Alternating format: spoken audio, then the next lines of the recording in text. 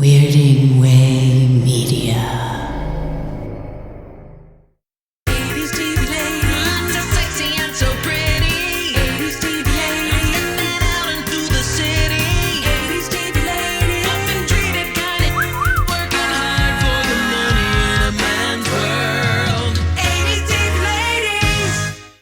Hey, just a little note on our audio for this episode. RJ was in person for most of it, but we actually did a little extra Zoom interview after our in-person interview. So if you hear some changes in the audio, please forgive us because they're two different interviews. Thanks. Welcome to 80s TV Ladies, where anyone with a heart and a love of the ladies of 80s television can be an 80s TV lady. Wear it loud and proud, gentlemen. Welcome to Season 4 with your award-winning hosts, Sharon+johnson and Susan+lambert+hatem. Hello, I'm Susan. And I'm Sharon. Sometimes, Susan, you got to step outside your comfort zone. You got to say, sure, we might be 80s TV ladies, but we can also look at 90s TV ladies. And there may be no more fierce 90s TV lady than the heroic villain-turned-goddess Xena, warrior princess. Now, back in the day, I knew about Zena, and I caught some episodes when it aired, but just a few. How about you, Sharon? Well, I knew about it, but I did not watch the show. Oh, yeah. I was just starting film career and then starting at Disney, and I didn't have a time to watch a lot of TV. I sort of chose one night of TV, and it was the night of Buffy, and that was it. But I knew the show had an amazing influence on a younger generation, and I always admired the idea of the kick-ass and campy nature of Xena and Gabrielle. Xena Warrior Princess aired in first-run syndication from September 4th, 1995 to June 18th, 2001. It was a spin-off of the popular syndicated series Hercules, The Legendary Journeys, but ultimately became more popular than its predecessor. Filmed in New Zealand, the show follows the adventures of Xena, played by Lucy Lawless, a villain now trying to redeem herself with good works. She is joined in her adventures by a companion, Gabrielle, played by Renee O'Connor, who grows from naive farm girl into kick-butt warrior over the 6 seasons, and their relationship grows from annoyance to best friend and soulmate, with some definite romantic subtext. The show was super popular. Xena became the top-rated syndicated drama in its second season and remained in the top 5 for its whole run. It spawned TV movies, comics, a video game, role-playing games, and books. But it was really in second-run syndication in the 2000s when the show garnered its cult following. And I think that was also led by the rise of the internet, various forums, chat rooms, and fan fiction. I think we need an extra brain for this interview, so we're going to bring on a brand new 90s TV baby, Ms. Anna Scheckel. I have known Anna since she was but a wee babe. She is the daughter of dear friends, Benita and Nick, and she is a big Xena fan and may in fact be a Xena expert. Anna is a visual artist who graduated from Drew University with a double major in studio art and Chinese studies and a minor in art history. She is an incredible, versatile artist who lives in Pasadena. She makes art, she plays D&D with me, and she works as a shop instructor at Art Center College of Design, teaching students how to properly use tools and techniques necessary to create their projects. Welcome to 80s TV Ladies, Anna. Thank you so much. Before we bring on Mr. RJ Stewart, let's talk about your relationship with Xena Warrior Princess. Yeah. Xena Warrior Princess is a show that I watched in the 8th grade because I recently discovered I was gay and secretly tried to watch every single gay thing I could get my hands on. And I was a little nervous to watch Xena because it was so, everybody talked about it. And then the second I saw the first episode, I think she did like 3 backflips and kicked a guy and then was like spinning on top of a guy's head. I was like, this is the greatest show. This is the most incredible thing I've seen in my entire life. And then proceeded to secretly watch it in my room in its entirety. How did you first hear about it? Were there ads or were you watching Hercules, or do you remember how you first heard about it? I just knew of it in general culture. I feel like there are there's like an episode of Will and Grace where they make a Xena joke. There's like all these different little shows where they refer to it in the context of lesbianism. And I was like, oh, that is the show. And then I watched it and it was awesome. So how many times have you watched that? You've watched every episode? I've watched every episode, probably 6 to 10 times all the way through. Okay, so you know this show very, very well. I know this show very, very well. Well, I know this show very, very well for a person who is not writing down the plot of every episode. And who's not like a TV person. So do you have any favorite episodes, ones that particularly speak to you or find particularly entertaining or? Wow, there were a lot. I think it depends. I feel like my friends and family have told me that I should compile the many playlists that these would trickle down into, but I think it depends on what you're looking for. There's some really fun, campy episodes. There's some really serious episodes. I think one of my favorite episodes is, I don't remember the name of it, but basically you find out that Xena, that all of the soldiers that were supposed to, all of the Spartan soldiers that were supposed to fight in the pass of Thermopylae actually died. And so Xena has to fight off the entire army by herself, which in itself is like kind of campy and weird and is a testament to how powerful Xena is. But then there's also this moment where, spoiler if you haven't seen the show that came out in 1995, there's a scare that Gabrielle is going to die. And so then there's a lot of heartfelt stuff there where Gabrielle's like, go on without me. And she's like, why would I do that? And so all of that was, very sweet and very poignant. Are there any particular guest performers on the show that you like, or recurring characters that you like really well? Yeah, I feel like, well, first of all, I think anyone who just identifies as a general nerd will immediately recognize Carl Urban, who is one of the few actors that they cast twice as like two important people and kind of just hope you won't know. He plays Cupid and then later Julius Caesar. And he has wildly different haircuts and they don't think anyone's going to notice. So that's really fun. I think probably a basic fan favorite is Everybody Loves Bruce Campbell playing Autolycus. And that's really enjoyable. Yeah, but it's really funny. I feel like, I don't know if it's an industry thing or if it's a New Zealand thing, but if you watch Xena, any other show based in or around New Zealand, you will recognize all of those actors. I feel like I watched another Sam Raimi fantasy show back in high school and I was like, I know all of those people. I've seen all of those people before. It's awesome. I love that Lucy Lawless is from New Zealand and puts on an American accent in a show that's based in Greece. That's so good. All right. Well, are you ready to meet RJ Stewart? Yeah, I'm stoked. Let's do it. Okay. RJ Stewart started in 80s television as story editor and writer on one of our favorite 80s TV ladies show, Remington Steele.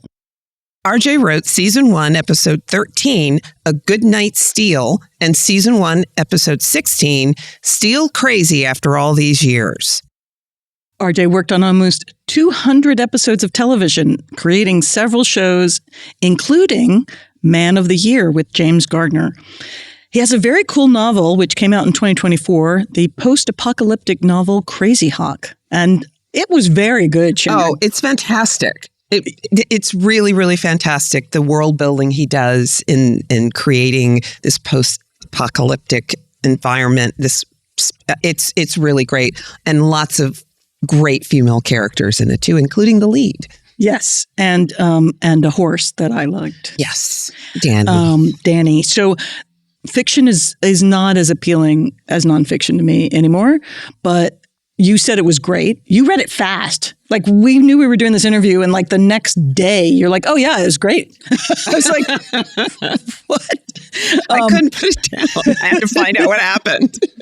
And so I was like, okay, I got to get it. And I got it, and I started reading the book, but then I walk and like to listen to stuff. So I listen to the audiobook, and the actress that reads it is very, very good. So I highly recommend. And yes, in other words, we are recommending whether you want to get the audiobook, whether you want to read it, it's going to be a great time. It's a great fun story. Read. It's a fun read.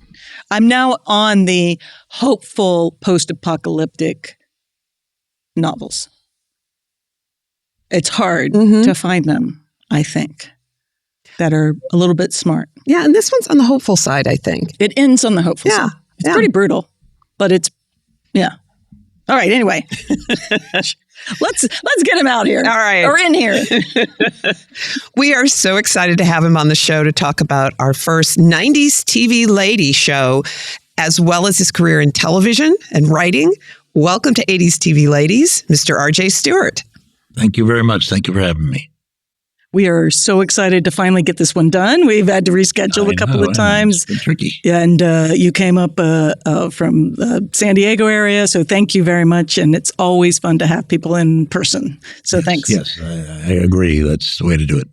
I would just like to start with kind of what made you want to be a writer?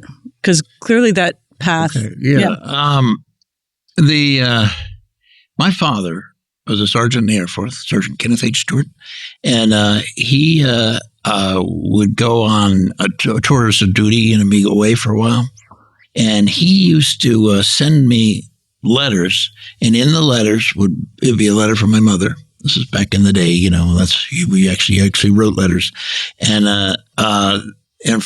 they would always, not always, but frequently be a story he would write about my favorite characters. It would be I liked Mickey Mouse in that world, and I liked the Peanuts stories. So he would write one or the other, and then eventually he started, cross. They would a little fan fiction, right? Yeah, exactly. And then it would be, and then Snoopy runs in and Goofy's chasing him. So I that was when I was, like a little boy, like 6, 7, 8 years old, and so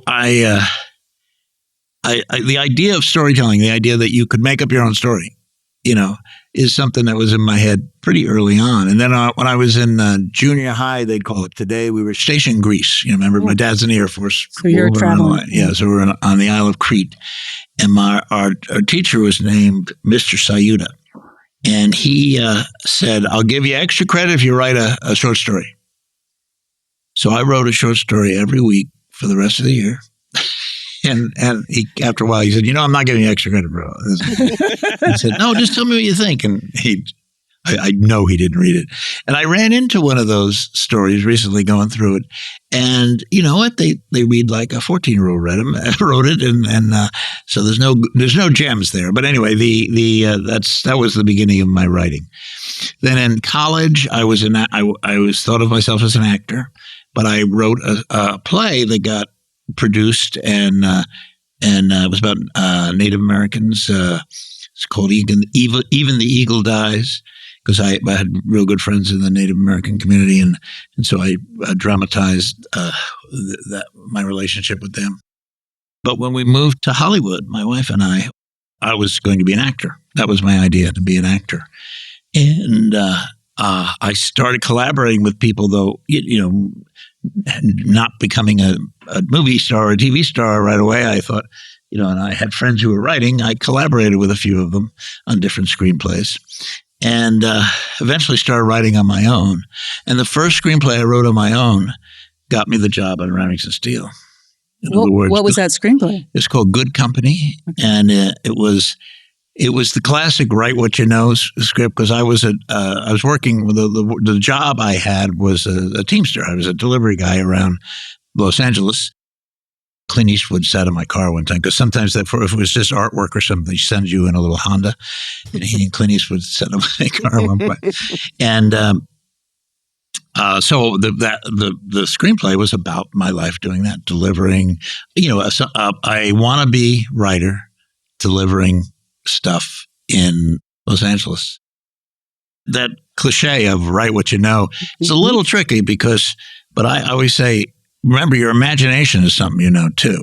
So it doesn't really have to be about your everyday life, because that would be a bunch of boring things. But like I could just as well have written about a guy who delivers to space stations or planets. You know what I'm saying? But but bring the idea of a driver to it, that kind of stuff. So they just loved it. Glenn Caron, Lee Zlotov, Michael Gleason. These were the people that were doing the 80s show. Yes, Remington Steele. We have covered it it was in our first season. We talked about Remington Steele. Okay. Well, we're going to get to women characters I write. Yes. And remember the premise of Remington Steele. Laura Holt. Do you know Remington Steele? Child. The Remington Steele, well, Laura Holt has a detective agency, but she's having a hard time getting work because of the prejudice at the time against hiring a female detective, right? Which probably was real. I mean, I don't know if it'd be real today, but it made sense at the time. Probably was real. And so she decides to get a front for the agency, who's this hollow suit name. We don't know what his name is. She gives them the name Remington Steele. Isn't that right? Well, she makes up the name Remington Steele, and there's no person there. Mm-hmm. Yeah. Until some guy shows up saying they're Remington Steele, and then that's the pilot, right? It's like, who is this guy? Exactly. And so right from the beginning, I was right, and I love I thought that was a great concept. And Stephanie Zimbalist is a wonderful actress and a very kind, loving person. And Pierce was so charming. This is before the show aired. This is meeting these people like, oh my God. And he used to love to come flirt with my wife. They're both Irish, and so there was a lot of stuff going on there because my wife would come visit me and stuff. And so they showed me the pilot. Okay, they hired me and then brought me in as a story editor and showed me the pilot. They say, tell us the truth. What do you really think?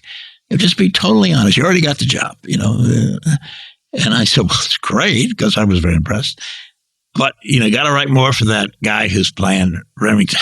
It's your fault. No, wait a minute. That wasn't me being a genius or anything. That's what the whole world thought a couple of weeks later, when it aired. Yeah. See what I'm saying?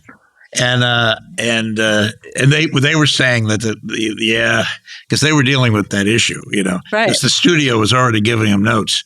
Pierce is so cool. Got to write more for him. Well, he's the mystery. Yeah, he's and we're just.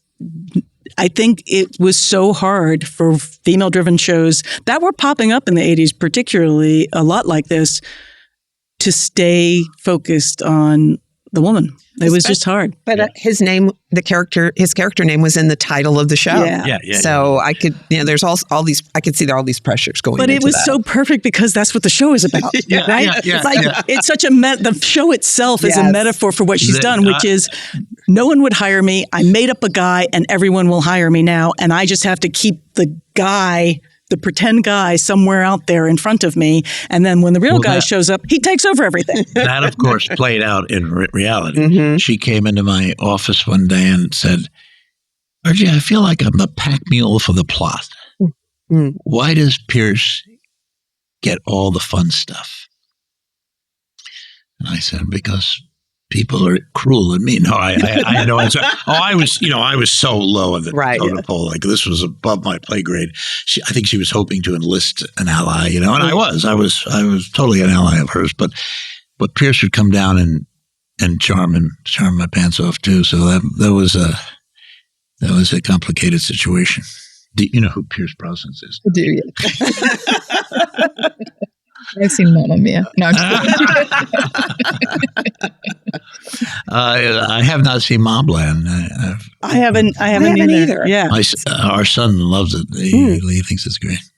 Well, so you're starting on this show that does kind of have an amazing trajectory. It becomes pretty known pretty quickly, and it's got this hot premise and a hot young cast, and you get a lot of great people. Like in your episode, one of the episodes you wrote is Moonlighting. It's Elise Beasley and Annie Potts. Yeah. Did you get to? That was the flashback one, I think. Flashback. Still crazy after all these years.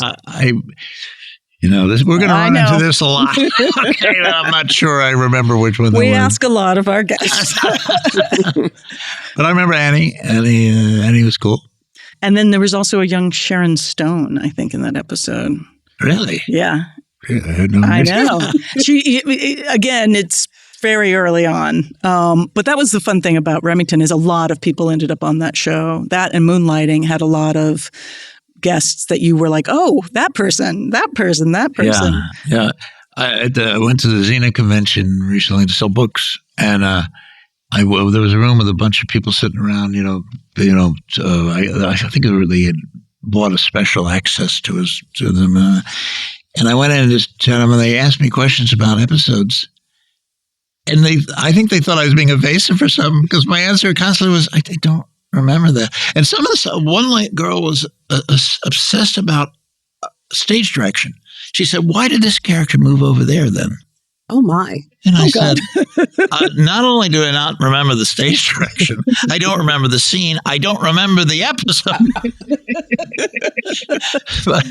Yeah, we won't hold you accountable to there's long-term stuff. We viewers sometimes forget. And by the way, they got upset with me. Oh, that's not a honest answer, I guess. Well, we viewers because we have a tendency to watch and rewatch shows that we really love and pick up on all sorts of things and think that maybe sometimes there's a reason for something that just wasn't what they were perceiving it to be, and it's not. But obviously, that's not always the case with writers. You probably don't go back and rewatch a lot of the things that you've written. I met Kirk Douglas once, and he in the 50s, 60s, he was the guy. And there was a movie I love called Lonely on the Brave, and he's funny. We were at a party with my wife and I, and Kirk, I'm in the kitchen, I wonder if we're going to meet Kirk Douglas. He walks into it was Michael Douglas's house, and he walks into the kitchen and says, "I hear you're a Willie Mays fan." And it was like my wife was working on him, because she was saying he's a big fan of yours and he loves you and Willie Mays. And so he said, "I was at Willie Mays' first game." So we sat down and chatted, and he said, I hear you're a fan. He was kind of milking it a little bit. And I said, I can name your characters, Midge Kelly and John W. Burns and Paris Pittman. And he said, "Who's Paris Pittman?" And it was there was a Crooked Man. It was just kind of an obscure Kirk movie. And then there was a famous scene in Lonely on the Brave where he's sort of waiting for the abusive cop to come beat him up. And I said, that was when it was George Kennedy and you were just perfect in that. And he was saying, "Which scene was that? Was they want to shoot him?" He doesn't watch even though he said that's his favorite movie. Spielberg has said that's one of his favorite movies, but he doesn't know it like I knew it. Yeah. It's and that's the fandom in television can get pretty strong, and it was one of the things that made Xena sort of become the cult status. Oh, absolutely. It was. Absolutely. Yeah. Before we get to Xena, I want to go back to the book for a second because I want to talk about what that writer instinct for making stories made you want to write a book. Okay, that's a great one. You hear people talk about, I don't like retirement. Now that I'm retired, I don't like it. Not me. I love retirement. I got horses, and I've started shooting black powder guns. If you read I bought a ranch in San Diego County. I just started this new part of my life. And I'd say for 10 years, I was just a horseman and a trail rider and just love this horse, Danny. I dedicate the book to Danny. It's a real life horse, and he died in 2021. And I guess the simple, if I was going to fib, I'd say, and that's when I decided to write the book. But I had decided that I had this whole new world of experiences I never wrote about. And I'm a writer, so I started thinking of a novel. And unfortunately, our daughter was diagnosed with stage 4 cancer in the midst of that. So I had like a zero draft, and then we were just very much. That's horrible. Yeah, and she passed in 2018, and it was really COVID. I mean, I know you hear this a lot. It's really COVID that said, "Hey, that book that I started before Lori got ill. I wonder if that still works for me." I went back and looked at it and had to throw some stuff out, but I said, "That's my work." And then I finished it in 2023, I think 2022. But boy, the learning about self-publishing was, I thought, I had started to hear that self-publishing was a real thing. It wasn't like the guy pulling up at the book fair with the books in his trunk. No, there was a whole world of self-publishing, and I thought, why don't I do that? And, but it was hard. It was a steep learning curve. There's a steep learning curve. We're all now marketers, and like you starting a podcast is a whole learning curve. Yeah. There was that moment when the book was released, and I realized I have no idea about marketing. I should have probably did a little research about marketing before I released the book, but I finally did and sold some books, and it's been interesting. The original thing was to capture my life, the valley I live in that writing world, but the closer was Danny passing, and just sort of death, and because of our daughter dying, and just sort of death, was sort of a subject, and and so Danny is a horse, is a character in the book, and is sort of the hero horse of the hero lady. And so your horse also had one eye or was blind. Yes. Oh, you heard that from? I think I did read it. I do a little research sometimes. I did fictionalize a little bit because I do believe it helps your imagination a little bit if you fictionalize a little bit. And my horse was Palomino, and Danny, and I have him as a buckskin. In 2012, 2013, my farrier comes in and says, "You seen his eye?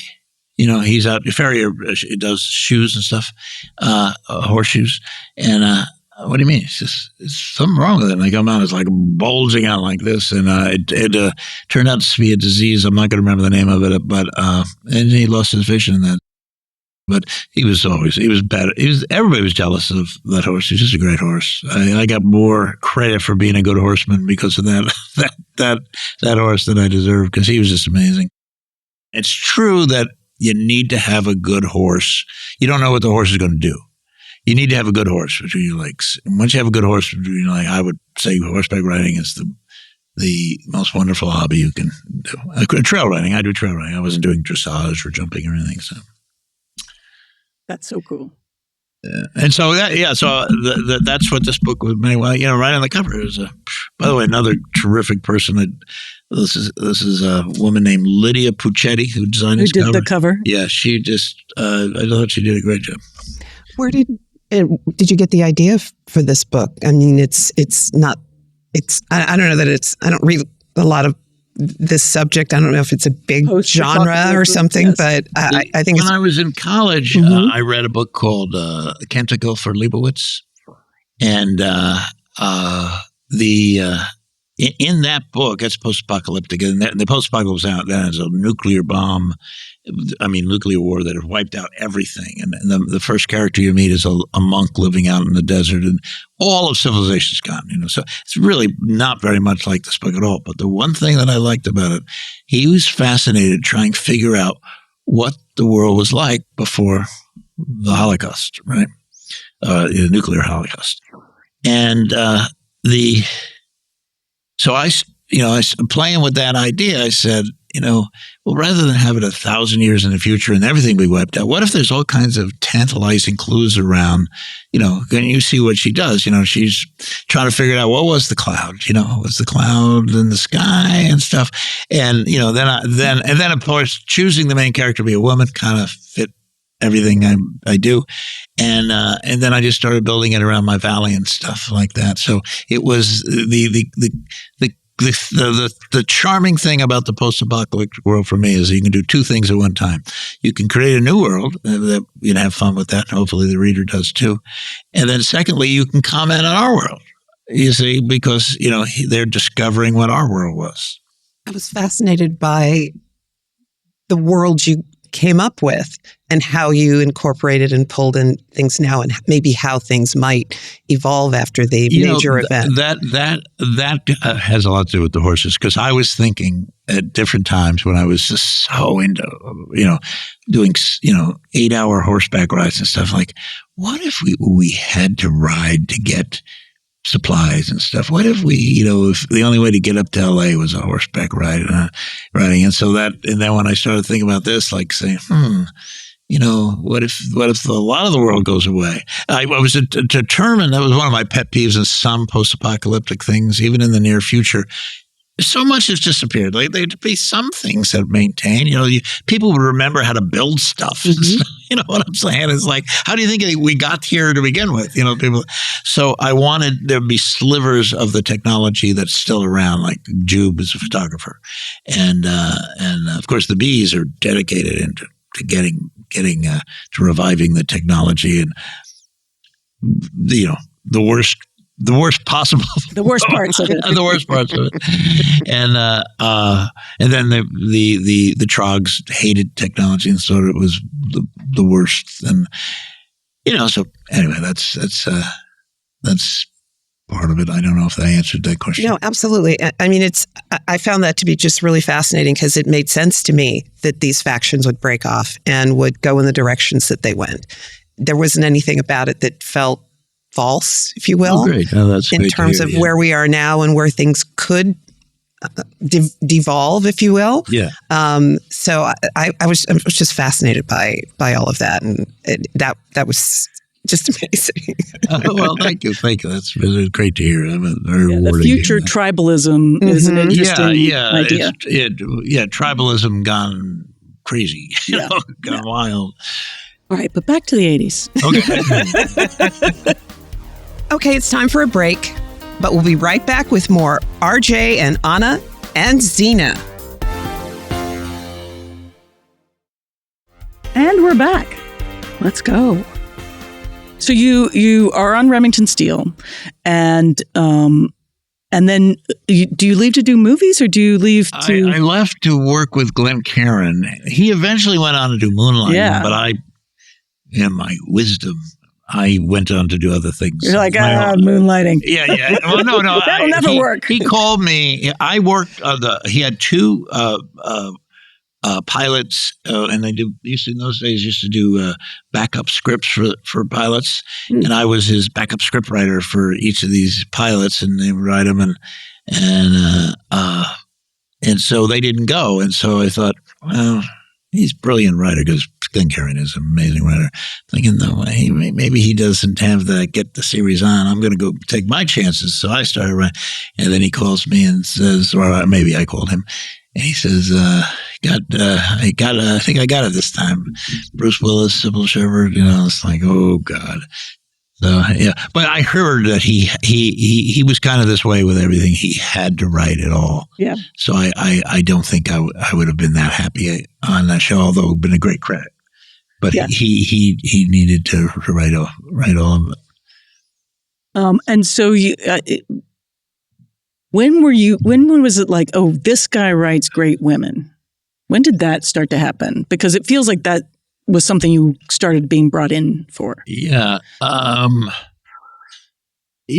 just competed hard for those opportunities, and I don't remember anybody was saying he's the one because he writes good. There was that thing of wanting to get a woman to write a woman. Yeah. So that had that a little bit of a hurdle there.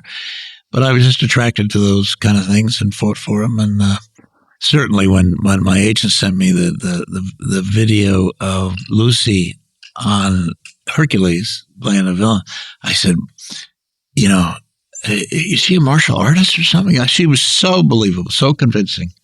And she wasn't. She's an actress who learned martial arts. So that was something I really wanted bad, and so you went after. Well, they were offering it to me. Yeah. So I mean, and he was surprised. He was thinking I was, he thought, gals running around in leather and stuff. At that point, I don't even know if I'd heard about Gabrielle yet as an idea, and he thought maybe I would be too cheesy for me, but I'm going to pat myself on the back. I immediately saw that as a cool project. So that's great. So you were brought in to try to figure out how the pilot and show would work. Yes, right. Yeah. There was an outline already for the pilot, and I worked off that outline, and it was one of these things where it was a mutual agreement that I would write the script. They pay me for the script, and if it didn't work, we go our own ways. And I felt that way too, because if they're not digging out my thing, I don't want to do it. And they didn't want to get saddled with somebody who couldn't write that. And I was out shopping, and this was before cell phones, but I think this was car phone days. We had car phones, and I called home, and my wife said, "Rob Tapper called."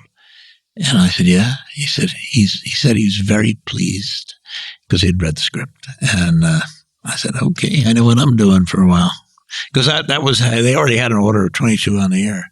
So I was head writer of a show with 22 on the air, like, whoa. And I loved the idea, so, I mean, of course, there are bumps and bruises along the way. I mean, it doesn't immediately. It was the first sweeps, the November sweeps it debuted in September. I'm asking you because I think you know. It's September of 1995, and we were all kind of insecure and conflicted, And then November sweeps, we outperformed Hercules, and we truly were the number one syndicated show. The publicist once told me that you always say you're the number one show. Everybody says that. but anyway, that was, and so that changed my life. That really did change my life. And I loved it. And it gave me enough dough so I could be a retired guy. Yeah, become a horseman. Yeah. I was just going to say, so you're making the show. Where did you guys shoot? Did you shoot in New Zealand? Yes. Anna knows that. I should ask Anna. Yeah. In fact, maybe we should have Anna ask some questions. Oh, wow. Okay. I don't have that many prepared, but I guess right off the bat, how does it feel to have written a cult classic? A lot of shows just, kind of fade off into the ether. Yeah, I have no memory of doing this interview, but there's something on YouTube of me saying, like just 2 years after the show, me saying, at first I thought it was going to be a cult classic, and then it faded. I don't know what I was thinking 2 years later that I would know anything, but but now I notice a lot of talk on it. Well, here we are. What? 20, how many years has it been? 20, since the debut, it's been 30 years. Right? 30 years. It was 95. From the debut. Yeah. From the debut. 30 and 25 since it went off the air. Yeah. And now it's like a cult classic.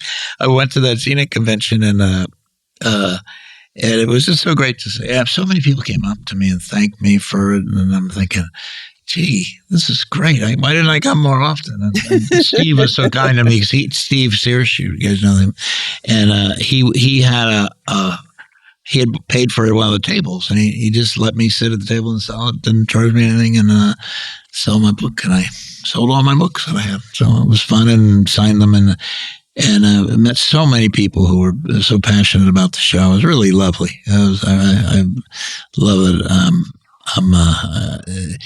Well, to say I should have gone to more, I wouldn't have had that experience. It wouldn't have been such a wonderful experience if I was there all the time. Steve's like, that's his society. It's his world, so he thrives there. But for me, it was just. I'm not saying I was surprised. I didn't expect people to ignore me or anything. But it was. People came up, younger people, probably younger than you. Would come up and say, your writing has meant so much to me, and I want you to know, like really pointed, I want you to know how much we appreciate you. I said, oh, that was worth the drive up. Oh, that's awesome. Yeah, no writer likes to hear that.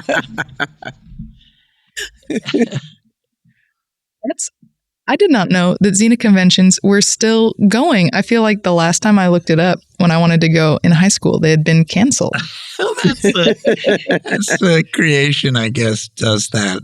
Because they called me for that and said, it's the last one. You want to come to this one? And we actually, it was a good reason we were going to go on a trip.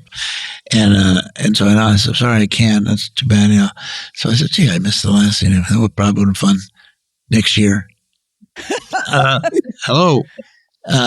Did you want to come to this one? I said, you know, I missed the last one. So you might have got into some of that marketing gimmick. That's really cool. You wrote the majority of the early episodes, including the pilot. And then I did read an interview that you had on whoosh.com, my favorite Xena fan site. And you also wrote a lot of the pivotal episodes, like a lot of the ones that really kick off, mostly for Gabrielle, but a lot of the big moments that kind of steer them in their next arc of their story. And I guess my question is, were you kind of like the ringer? Did they like call you in when they were like, okay, a big change is going to happen in the series. We want you to be the one to write it all? Well, I used to want to write them all. I did want to write them all. And Rob would laugh and say, well, you can't, we got a writing staff and stuff. And he was right, because I'm not David Kelly, or Glenn Caron, who there are people that have to write it all, and they can, but I if I had to write every episode, it would have broke me. So, Steve really came through in that first season. I mean, the whole time he was there, he came through, but he really saved us that first season by writing some scripts that didn't need a lot of work. Because, from my point of view, when a script comes in, and it doesn't work, that means no weekend, I'm here all night. But as far as the ones that were juicy, yeah, and I wanted them. Right.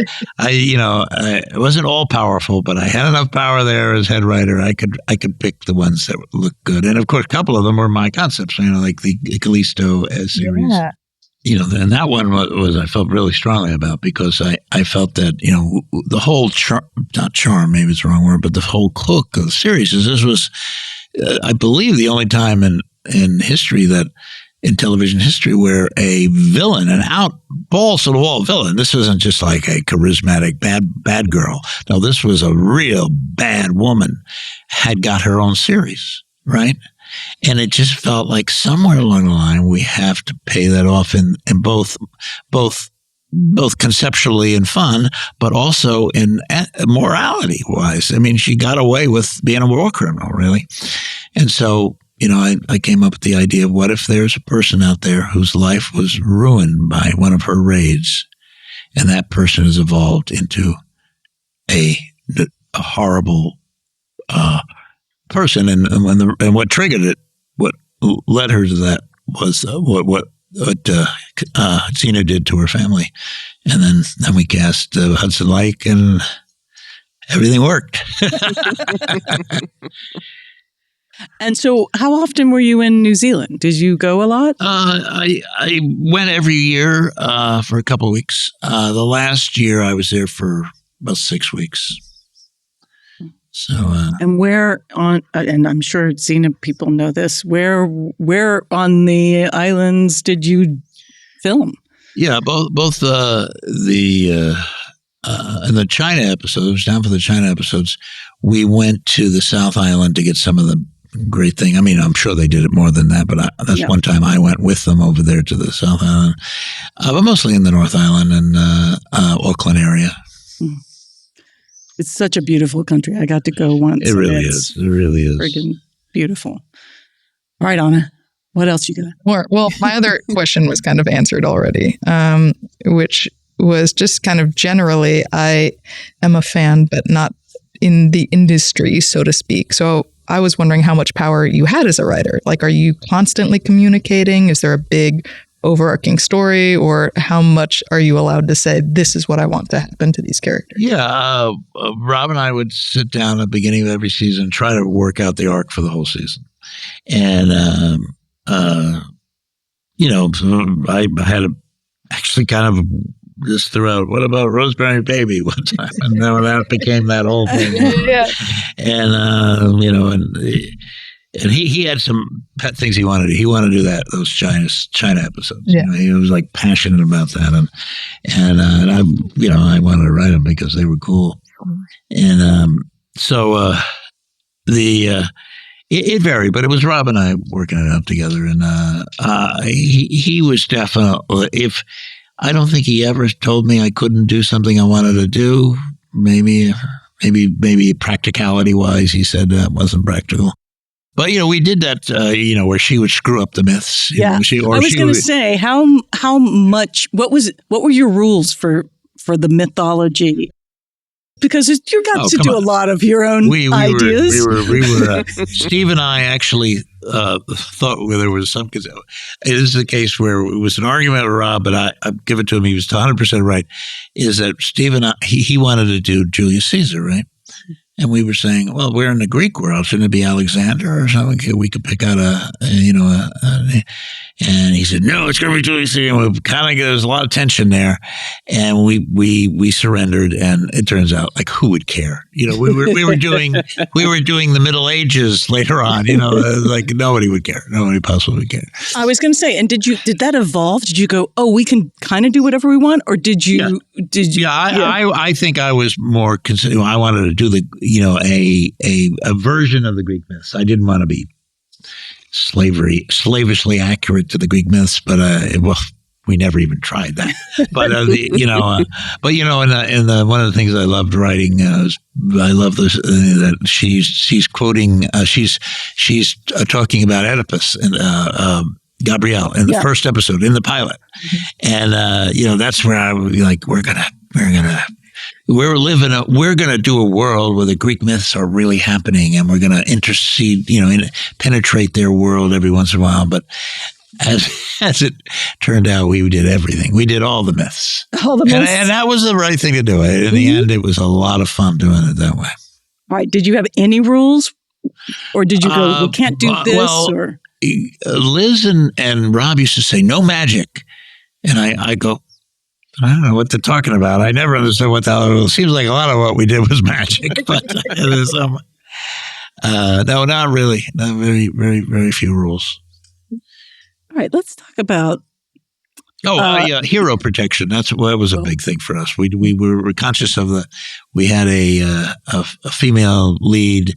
We wanted to be careful that she had to be just a little bit better than the men in the thing. Although I was the voice of. She's got to have her kryptonite, and the kryptonite became Callisto. And so, somebody that could compete with her and endanger her. If she's really you just know all the time, actually, I like Jason Statham movies. I'm a kid at heart, so I like exorcist movies. But sometimes he's just too good, Yeah. It's like, so it helps if they're in jeopardy sometimes. Go ahead. Gabrielle. And her journey, did you know exactly where you were going every season? Or we started, keep in mind that there are two kinds of, there's more than two, but there's, I think, in a very broad way, classifying movies about women empowerment. There's two kinds of stories you can tell or are frequently told. There is the woman who is not empowered and then becomes empowered. And then there's the woman who's already empowered and how she handles the thing. Well, we had both right there. It was so rich.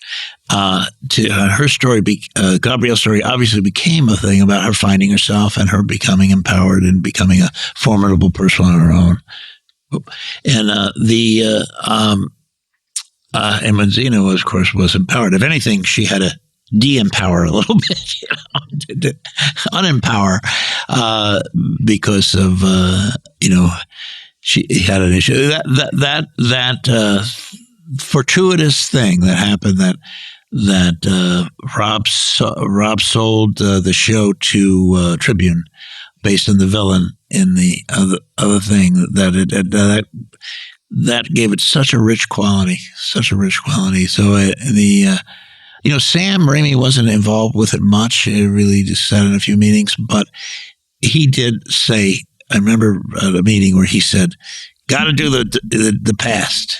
Got to do the past, and that she was a villain, and so that was the gravitas of the show, that she was once evil, now she's good, and that's the way I saw it. Is she's trying to redeem herself too. I mean, we all do that. I mean, we all make mistakes and try to redeem ourselves. I hope,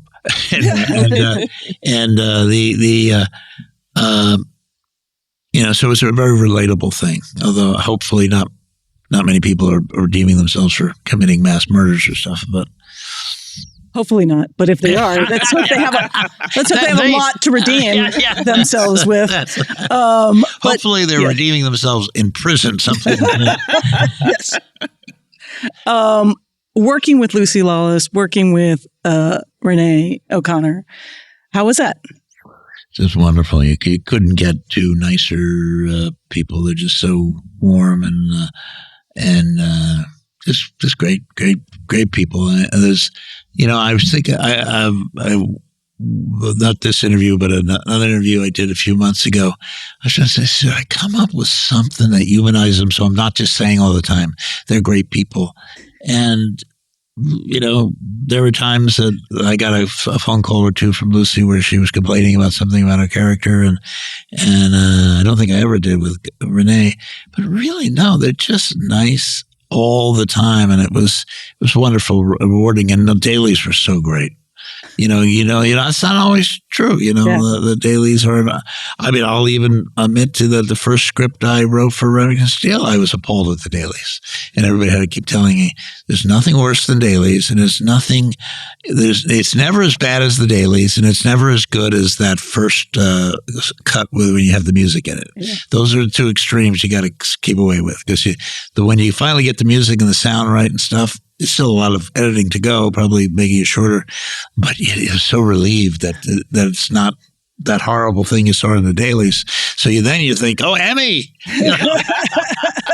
So at first it's like, I'm done, I'm going to hang myself.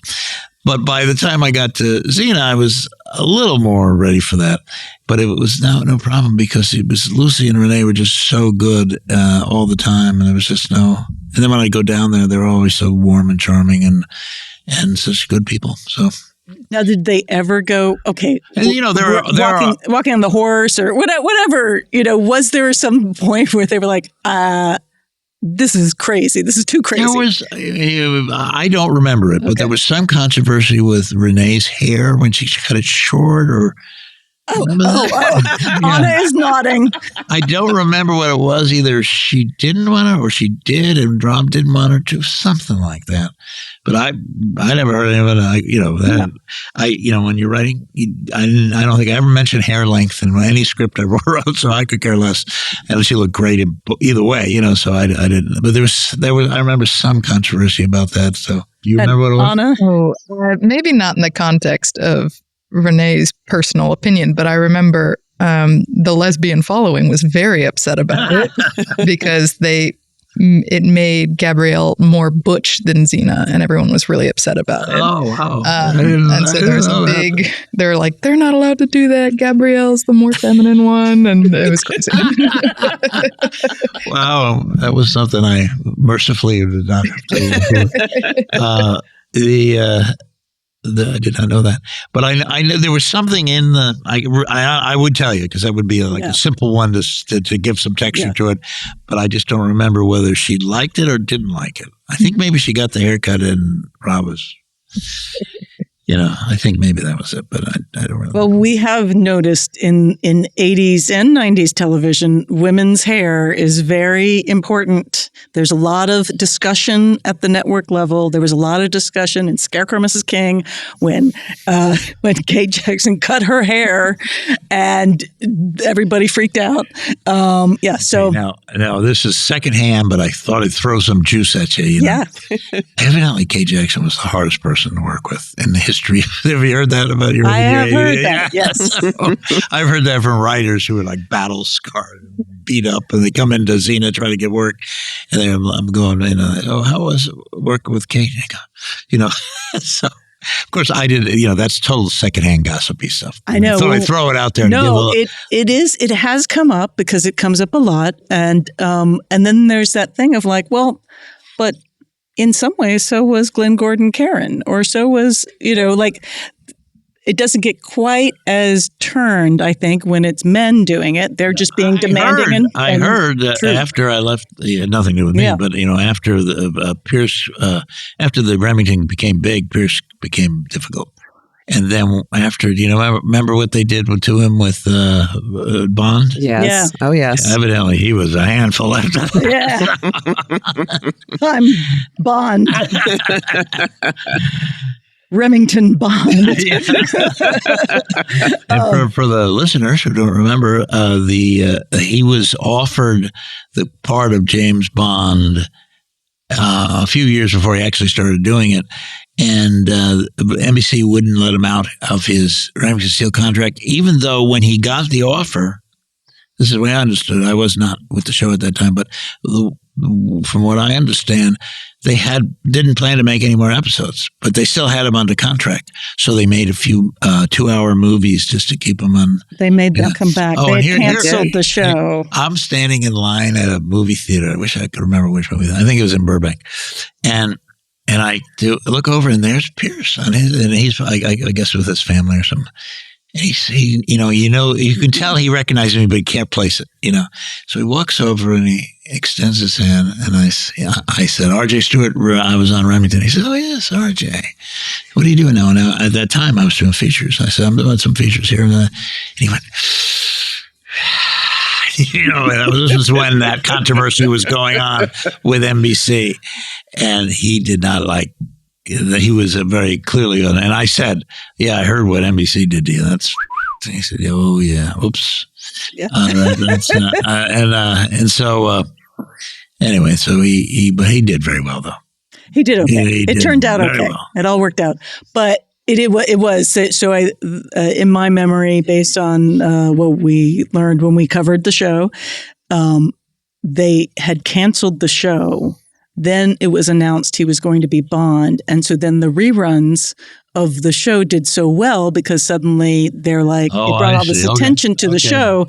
And so then they're like, well, we technically can still pull it back. And they pulled everybody back. So Stephanie had been cast as the female lead in RoboCop. Really? And she had to leave that show. And she was fully cast. It wasn't just an announced gossip. But yeah. So then I don't think either of them were that thrilled to come back for that final time. But yeah, television, man. I'm sure many people have learned from that situation in terms of either when they make announcements or what they have in their contract about being able to get out of it, or timing and all that other kind of stuff. So yeah, because that was so unfair, I think, to both of them at the end of the day. Yeah, that was brutal. I could see. Yeah. Yeah. And I could see the tension in him when he was. Like, this is just him trying to get Bond. This guy who I barely remember his name is working in features, but I can't get, they offered me the part, And I can't get there. Yeah. But he got there. Exactly. He didn't know it at the time. I don't think we need to play a violin for him. Yeah. Well, he has had tragedies in his life, but his career went very well. Mm-hmm. I mean, what a cool guy. What a cool guy. What a cool guy. And so, okay, but so let's go back to Zena and Gabrielle for a minute, because it's a buddy story, it's a friendship story, it's a love story. Did you know what line you were drawing for that female relationship? No, but we were informed by the audience of it, and the developing the subtext started becoming a part of story sessions. Like, oh, and this would be cool. In the episode I wrote called Day in the Life, I had originally imagined them, in the old westerns. They would after a cattle drive or something, they'd be get their tub, their hot water tub, and they'd be, side by side, Lee Marvin and somebody else. Or I remember one when Glenn Ford, and Jack Lemmon were, and and then we were going to go there, but then I was writing and I said, what am I doing? They got to be in the bathtub together, right? so we went that way. There was no question of that. But no, when they came to me and said, this has a huge lesbian following, I said, oh, cool. Let's see what we can do. Did you get any pushback from the studio or anything? Not at all. Well, that's good. None in the slightest. The studio was Universal. The distributor was Chicago, Tribune. And neither one of them, they just, if the numbers are good, they were fine with it. And I never heard it anyway. I think Rob is probably good at keeping some of the bullshit away from us, so. Sorry. I guess that's part of the job of the executive producer. Yeah. To deal with a lot of that,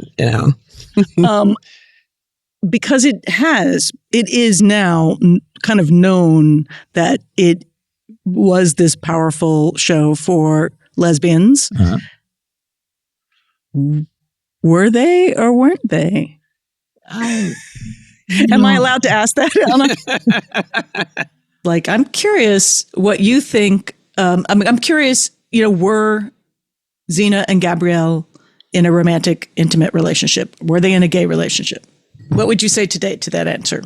I leave that up to the fans, and the fans have decided.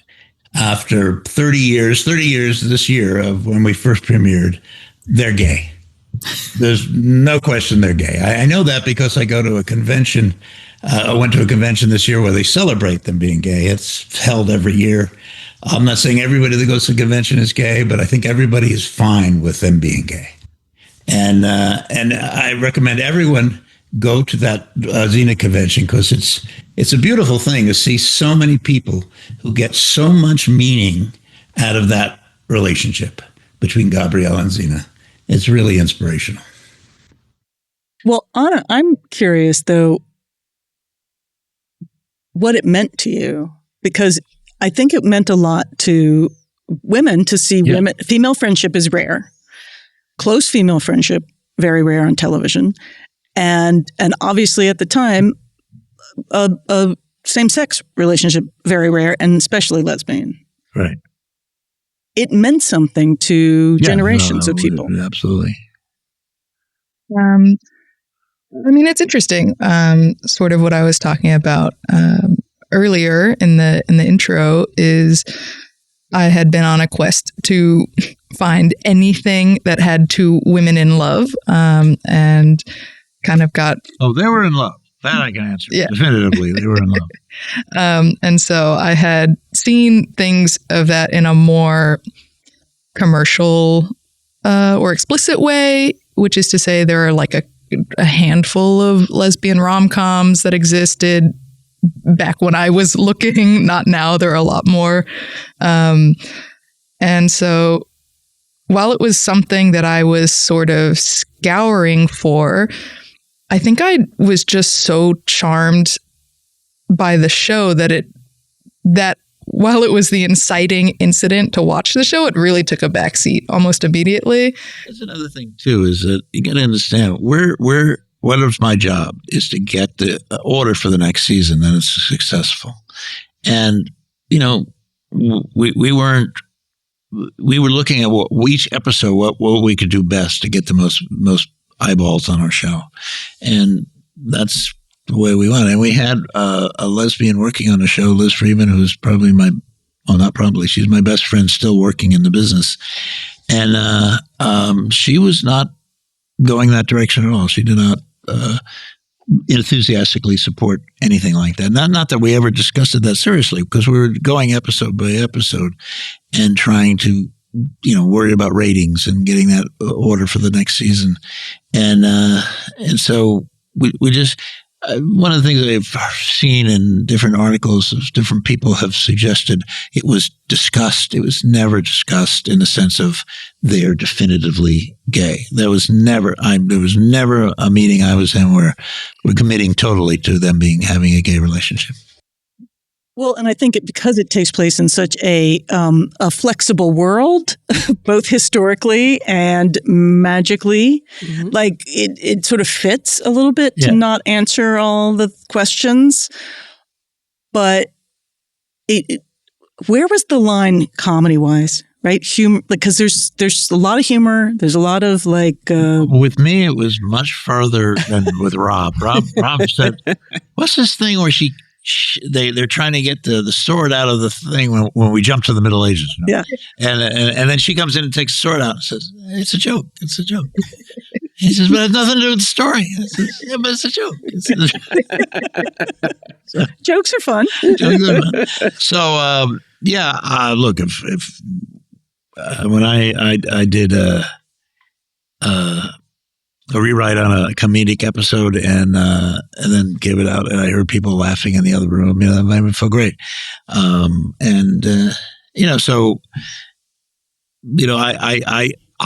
think when the one thing that didn't work is really silly stuff. I thought there was a point wasn't with the show. I was working on Cleopatra, and then they did a couple of shows. I don't know what the hell they're doing. I have no idea what they were doing, and they were attempts at comedy. Do you know what I'm talking about?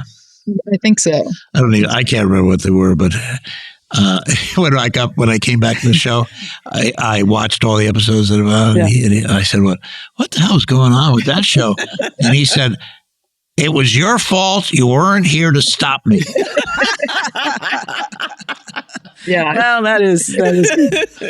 I feel like Xena's a pretty, there are episodes that are really wacky. And so it's like, oh, that's fun. That's campy. But to this day, the episode Married with Fish Sticks, if you guys have never seen, That's it.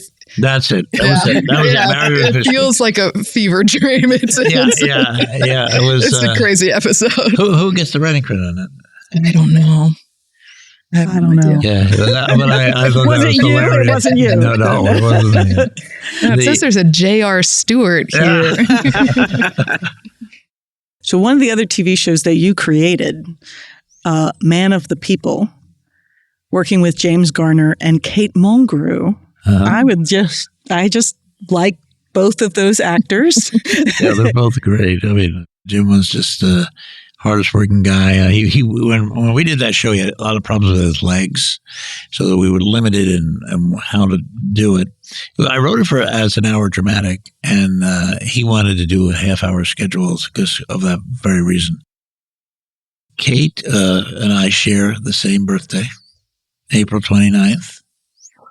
Who listen to the people born on our birthday: Willie Nelson, Michelle Pfeiffer, Daniel Day-Lewis, the Duke of Wellington,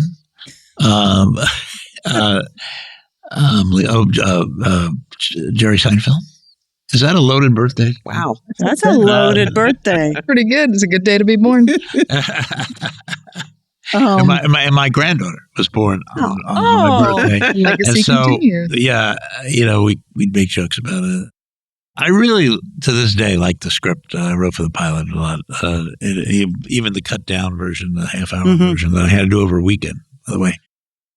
Some movies that I had questions about. You wrote Lovers, Partners, and Spies, which was directed by Jan Eliasberg, who we have interviewed on the show.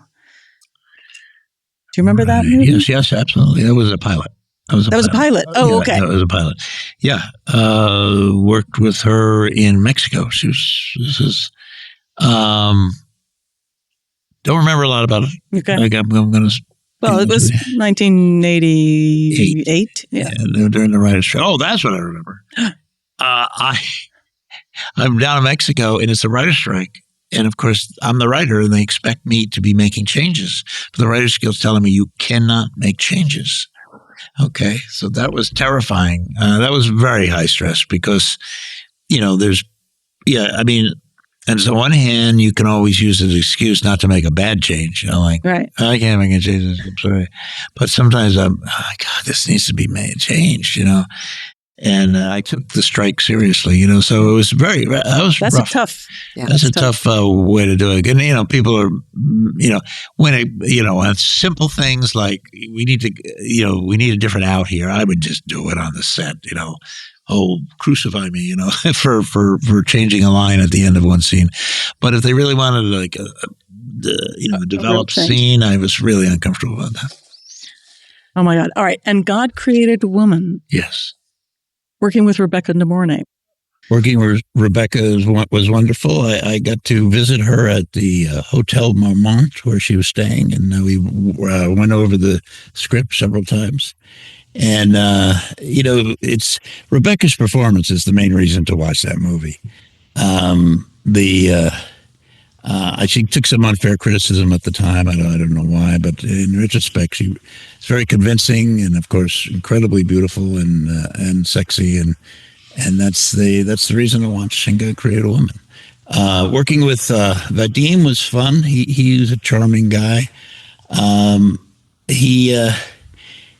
In some ways, in the 1980s, the movie seemed anachronistic, even for the 1980s. It's interesting that today, young people watch it, they kind of write off that anachronism as that's the 1980s, And even though in the 1980s it was anachronistic, in some ways. I mean, Roger Vadim was a giant in French cinema in the 50s and 60s. And by the 80s, I don't know if America was waiting for the next Roger Vadim movie. But I talk to young people today who like it, and some of them will love it. So, I think, and what they love is Rebecca De Mornay is definitely makes it worth the price of admission. Yeah, she's pretty charming. When you say anachronistic, I mean, there was also Roger Vadim directed another movie in 1956 called God Created Woman, yeah. But it's a completely different. That's right. It's a completely different story. It's Bridget Bardot. Roger Ebert said, he said, I think this is Roger Ebert talking. He said, I believe this is the first time a title's been remade by the original director, not the movie itself, just the title. Amazon High with Selma Blair. Yeah. Do you remember? Now that's a kind of a weird one because it tested very well. But this is a inside Hollywood thing here. You have to have the star locked up if you're going to do a pilot. And no matter how charming and wonderful and cool the star may be, if you don't have him or her locked up, do not go down that road, because we could have gotten a series out of that. It was tested very well. And but we didn't have Selma locked up, and her career was taken off. So it was a big mistake. Oh my gosh. That seems kind of normal in terms of what would be done in terms of deals with pilots and things. Yeah, so, I've had a few arguments about that. Yeah. All right. And then The Rundown, 2003. The Rundown, yes. That was a script I wrote for Warner Brothers. Did they eventually produce it? No, Universal produced it. And it was my calling kind of script for many years. I wrote the first draft in 88, I think. It come right after the strike. Right after that strike. So it'd be 88, 89 is when I was working on it with Scott Rudin. Do you know who he is? Mm-hmm. People loved the script when I turned it in, and I'm kind of disappointed it didn't go anywhere. Long story short, then in The Rock appears in a movie called The Mummy, and and they're just so convinced he's the next star, and so my two producers I know very well. Unfortunately, both of them have passed away now, but Chris Chesser and Karen Glasser were able to get the script to The Rock, and at that time, excuse me, they got it to Vince McMahon. This is where they got. This is where I guess They went to they went to Vince WWE. McMahon. Yeah, that's right. And he loved it and told Rock, "This should be your next movie." And so, I had the script in turnaround. You know what turnaround is? Yeah. You know, at a certain point when the studio has ignored your script enough, the writer gets it back. And so I made a sweet deal out of that and became a pretty good movie. Part of the retirement. Yeah, part of the retirement. Yeah, and that. Yeah. And Rosario Dawson was in that. Did you go on set for that? Yeah, I did go on set, but I never saw her the days I was on set. I mean, that was one of those obligatory things. They had to let me on set because I wrote the first draft, and but she was never there. I met The Rock. Christopher Walken's fun, as always, in there. Yeah, and, absolutely. This is a story. I got our son, I got him a job on thing because I knew both producers and that was easy to do. So he was getting the cover signed by everybody on the show, which I have hanging on my wall. I know that, of the script when it was called Hell Dorado. That was my title for it. Okay, Hell Dorado. And so everybody's signing it and stuff, and he goes up to Walken and he says, "What is this for?" He says, "That's for RJ Stewart. He's my stepfather," and blah blah blah blah blah. And he said, "Well, where's he? He should be here." I said, my son would tell it much better than I. The point is that he didn't like all the rewrites they kept bringing him. You know, so he signed up for my script. You know, it's interesting. I go through that. I look at that every once in a while. That thing with all the signatures on it, Rosario Dawson, and and it's amazing you can read them all, and that's not true all the time. I still have the thing from Remington Steele that everybody signed. I can't read anybody. I don't know who wrote what. I don't know. Oh my gosh. Anna, do you have any last? I don't have any last questions. So I will just end on a comment, which is that I extremely love the show. It's my favorite show. So thank you for that. And it has kind of going back to an earlier topic. I think it's incredible that women are in every single role. The hero, the helper, the villain is incredible. I feel like you and your team have done incredible jobs or an incredible job at writing characters that are women instead of writing women characters. And thank you so much. It's been really nice to meet you. So kind of you to say that. By the way, the Crazy Hawk, that it also has almost every key character is a woman. Juju being the exception. Well, do keep us posted on the progress towards getting it made into a miniseries. I'm chomping at the bit to see it. I'm thinking. Yeah, I wrote it as a novel. So I mean, if it gets made into a miniseries, that's icing. You know, it's a distant success here. But I wrote it as a novel, so that's why. And where there'll be another novel, or yes, there will be. Oh.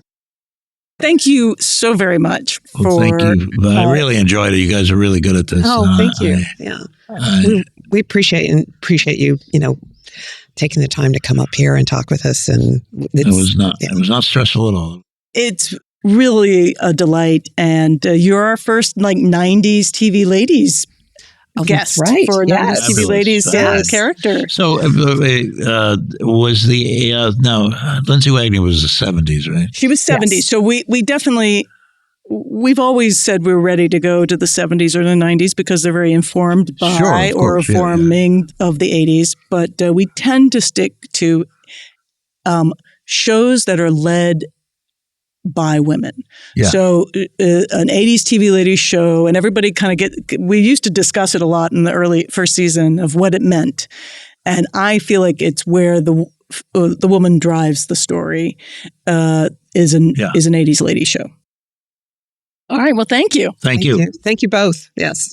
Anna, thank you so very much for coming on the show with us. Thank you for having me. I had a really good time. I was so delighted to have you join us. I love our 90s TV babies. I don't know if you've listened to any of those episodes of 80s TV Ladies, but now you're officially a 90s TV babies as well. So we might have to get you back on, show you some 80s shows, see what you can make heads or tails of. But I am, you're my daughter from another mother. 90s TV Nepo baby. And I was really glad when this came up. I was like, I have to get Anna on this show because I knew you knew Xena back and forth. Yes. Thank you so much for the opportunity. This is truly a once in a lifetime chance for someone who loves the show. And I think it was clear that he really appreciated how much you love the show as well. So that was really lovely to see. Yeah, he really thought I knew more dates than I did, but that was very kind of him. Anyway, thank you for coming on the show. Thank you for having me. And here's a little trailer for the book that we got from RJ himself. Deirdre lives for one purpose, to get her sister back. If she has to kill the kidnappers, that won't be a problem. She's good at that. Crazy Hawk by RJ Stewart. In today's Audioography, you can get the novel Crazy Hawk at bookstore.org or your neighborhood bookstore. You can listen to the book on Audible. It's narrated by Katie Hageman, and I highly recommend it. She does a great job. You can find out more about RJ Stewart at IMDb, and links will be in our description. Hey guys, we have one last show of Richard Hatem's Paranormal Bookshelf Light in the Dark Tour. We're going to be in Long Island, New York for a special performance at a private home, and you'll get to go through a really fun haunted house before the show. It'll be Saturday, September 27th. Please join us. You can get tickets at rhpb.eventbrite.com or off Richard Hatem's paranormalbookshelf.com website. As always, we hope 80s TV Ladies brings you joy and laughter and lots of fabulous new and old shows to watch, all of which will bring us closer to being amazing ladies of the 21st century.